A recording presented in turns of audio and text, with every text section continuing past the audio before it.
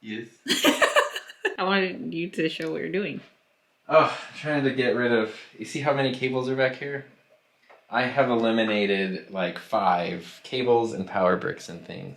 So I'm trying to condense my setup over there so I can then have this space of this table over here to do stuff with or set stuff up. I was thinking of taking a light, setting it like here as an accent light somewhere. They don't need to be colorful though. Have light there. No one else will notice, but I notice. That's just important. Just sitting here. Already there's like less... There's less. Garbage. Not garbage, but it's all useful. There's just so much stuff. It's not that bad. I have cleaned it up a lot. It's all necessary, like that's the thing. I mean, you have a lot of tech. What can we say?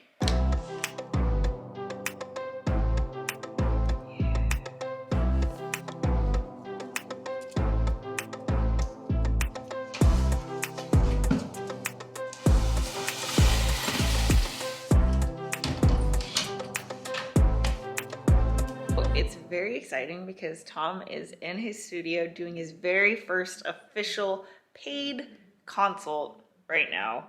And I'm so proud and excited for him because I definitely think it's something that he should be doing. People want to pick his brain and like ask him for help on all things tech and video and audio and stuff like that. So he threw up a quick checkout page. And he's charging by the hour, and I'm just so excited and proud of him. I'm proud of you, babe. I'm so proud. While he's doing that, I have a job of my own, which is to play with this box that just came in. Just finished filming the unboxing of the booty sprout, which I'm very pleased with because it works as directive and it feels super, super effective. Can't wait to do a full workout with it tonight. How was it? It was just terrific. So this is your first consultation. My first official consultation, paid official consultation. Someone owns a marketing company. We talked about how to get him and his team set up to do better looking Zoom calls. But then you look excited. I am, but then also so to do internal video production, like pre-recorded videos. I was very happy because everything I was recommending was coming in way under the expected budget. So it was like everything was very achievable. They had a budget because since you're dealing with paid consultations, the people are already coming into it with a I'm ready to invest in my thing mindset. Yes. Total difference than like give me the cheapest in the world situation. Yeah. I did it. I'm so excited. Yay. That's the reaction I had. Yay. So you want to do more? I do want to do more. I'm really proud of it. That was my first not leaving money on the table. Yeah. I'm not just going to write you, I'm not going to do all this stuff for free. For anyone watching, how do they book a consultation? Go to himynamestom.com/consulting. Yes. Are you excited too, Finley? Finley's so excited.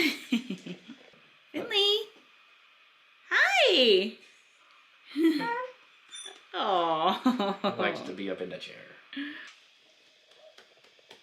What do you think, Ben? All right, good morning. It is Wednesday, and Tom. What? Don't you have some good news for us? Oh yeah, I'm doing a podcast on Saturday with Peter Lindgren because we have a podcast, but our guest is going to be Gerald Undone, one of my favorite YouTubers. I got that message first thing when I woke up this morning. I'm so excited. Yay! Show me what you got.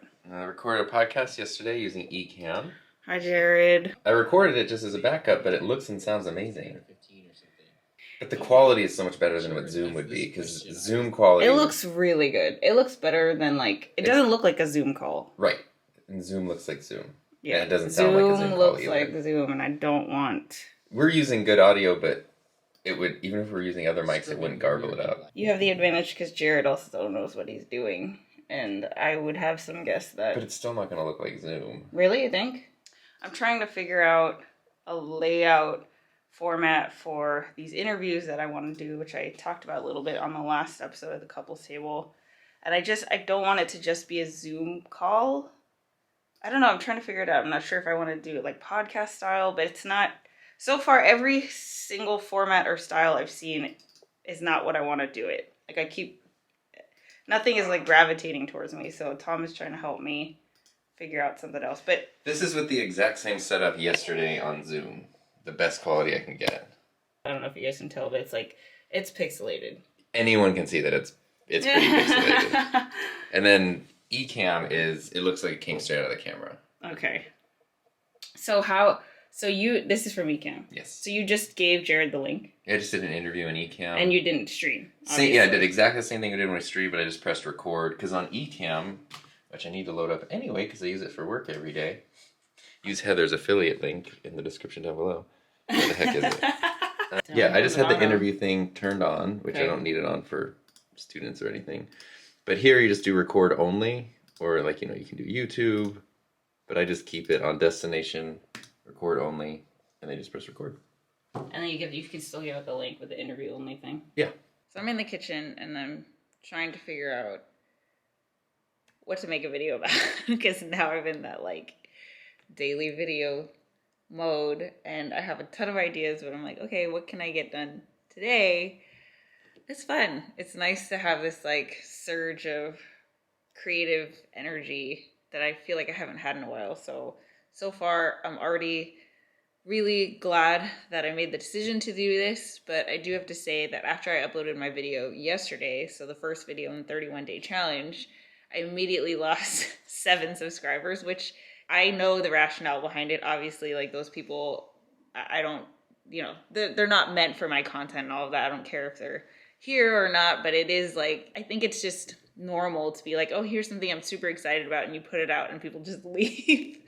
Definitely deflated my gung-ho-ness about my excitement for doing this, but so many of you have left such encouraging and supportive comments, which really means a lot to me. So thanks so much if you're watching. It really is such a privilege to be able to connect with you all through this weird thing called YouTube, and your messages can have such an impact on me and, help me to keep going. And I feel excited because of what you're saying. Like, I mean, it's so cool that we can do this, isn't it? Isn't it? Did you guys get kicked out? You want to go back in with Dad?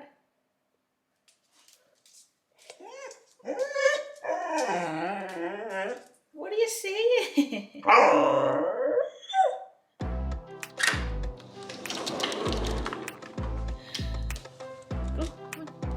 So I thought I'd film the rest of this vlog here in the backyard because it's so beautiful right now.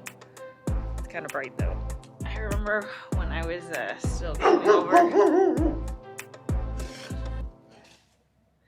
When I was still coming to visit Tom, like when we were still friends, I remember one time he went to school for work and I was out here doing some work just in the backyard. And I remember looking at this backyard and being like, wow, wouldn't it be cool to have this like as part of my home? And immediately I felt guilty because it's not like I go to random people's houses and say to myself like, wow, I wish I lived here. But I had no idea that I would end up actually living here and that this would be my home because we would get married. Anyway, I wanted to end the vlog with a thought that was inspired by a video that I watched by my friend Aubrey. Her channel is Simply Obs. I'll link the video underneath, but basically in this video she talks about comparison and how we shouldn't be comparing ourselves. She shares a very personal story of how she was doing that in her life and how she overcame that. But I think it's natural that we compare ourselves, and I know it's something that I still struggle with to this day. I've actually gotten really good at recognizing when I'm doing that,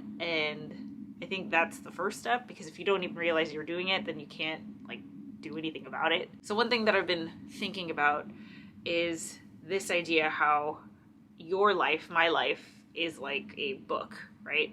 And there's no reason why I should be peeking into other people's books or seeing what's going on over there or comparing myself to other books, because the only book that matters is the one that I'm writing and reading, and it's my book. That's not to say I'm not going to be inspired by other stories, but the one that I am going to be reading and actually living is my story. So if I find that I'm comparing myself, the first thing that I try to ask myself is, what is it about my story that's either missing, or is there something that I'm not doing or that I am doing that's making me feel like some sense of dissatisfaction?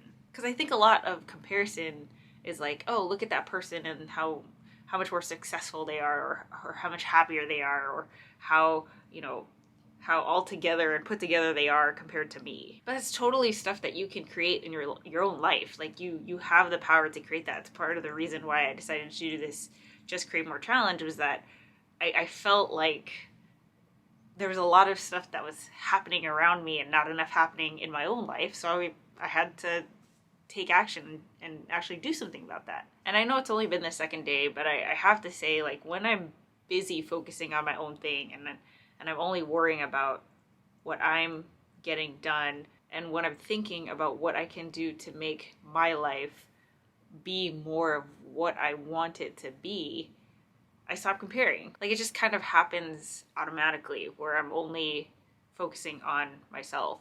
So I know that's kind of rambling, but I just wanted to share that thought in case any of you also struggle with always comparing yourself. I think the first and foremost thing that you should think about is not to feel guilty about it, or feel stupid about it, or feel some kind of like there's something wrong with you for having the urge to compare yourself. I think that's normal. But I also want to urge you that if you do struggle with this, to think about what can you do, what do you have in your power to do about your life to make it more of what is clearly missing, which is why you're comparing yourself to other people. It's definitely an ongoing process. So if comparison is something that you struggle with, I'd love to know how you overcome it. This is definitely something that I have to continuously work on all the time. So I'd love to know what works for you guys. And with that said, I will catch you guys in the next video. Bye.